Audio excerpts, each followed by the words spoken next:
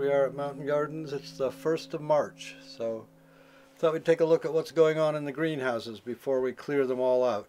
There was just most of what's in here is just self-sown, and it's about 100% edible.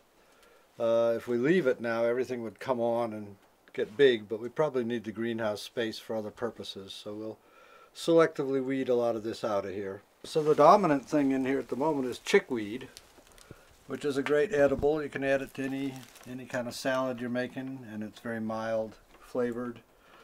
It's a good self-sowing winter cover crop, actually. Holds the soil really well, doesn't make a huge amount of volume. And usually it's intermingled in this garden with henbit, which is another self-sowing winter annual. Here's some starting to bloom. Certain beds in the garden will turn entirely pink for a couple of weeks.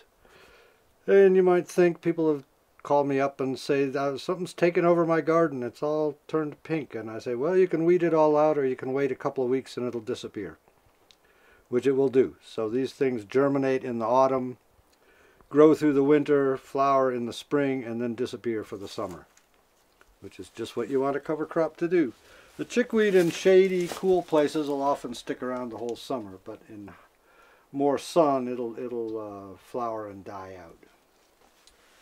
And what else have we got in here?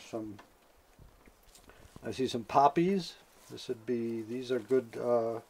These are also winter annuals. Winter annual is something that germinates in the autumn, as I said, grows through the winter, and then flowers in the spring and dies. So the poppies, this is the breadseed poppy, also the medicinal poppy, Papaver somniferum.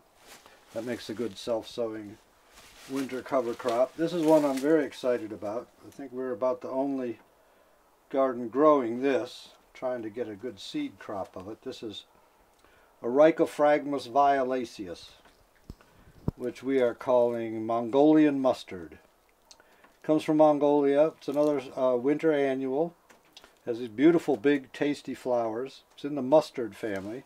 It has more protein than anything else in the mustard family, and that includes a lot of vegetables.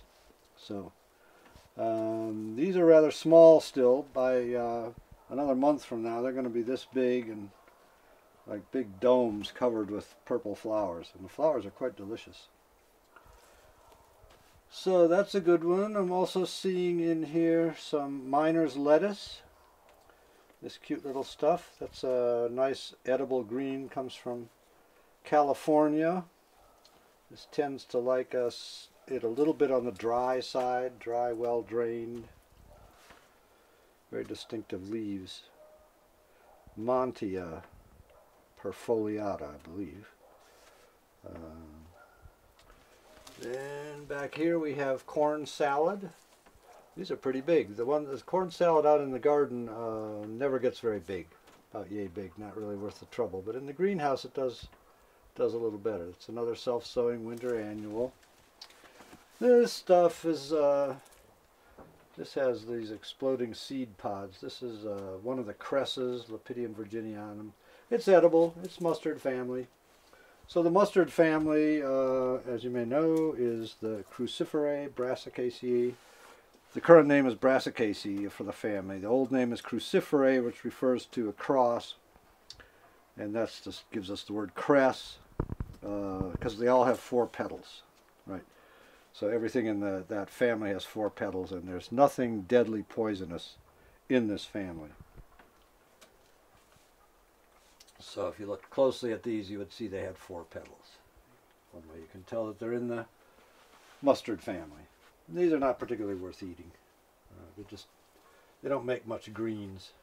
They get all over the place because these seed pods in another few days will swell up, and then as soon as you touch, they'll fling seeds. But it's not really that much of a threat because they're not going to germinate until next autumn, and then they'll just be part of your cover crop. I see a little bit of leftover Mizuna in here. Chinese cabbage that probably sowed itself. And what else might there be here?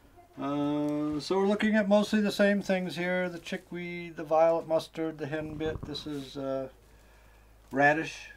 It's survived the winter. A few radishes. Here's a different member of the mustard family. Probably turnip greens or something like that flowering. There's quite a bit of kale in here. Here's kale again, more kale. That'll come on now. Here's Mizuna, the Chinese cabbage.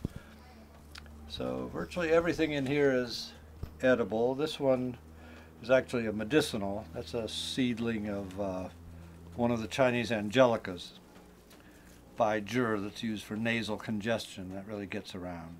The angelicas are biennials and sow themselves around. More of the miner's lettuce here. Yeah, I don't really see too much of anything else that's all that notable. There's some kind of dock, probably broadleaf dock, another radish, more violet mustard,